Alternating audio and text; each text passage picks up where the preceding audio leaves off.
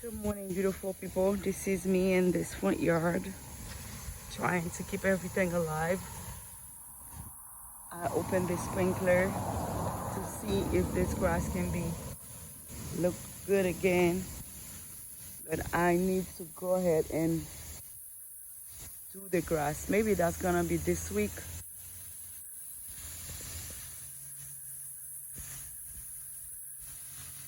Yeah,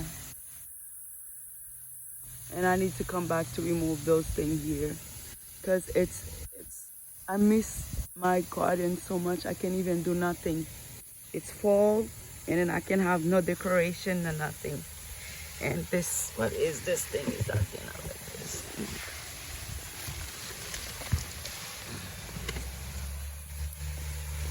Let me see. This fountain is broken.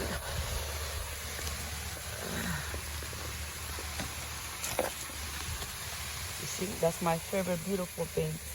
Everything is coming apart in this garden. But I don't know.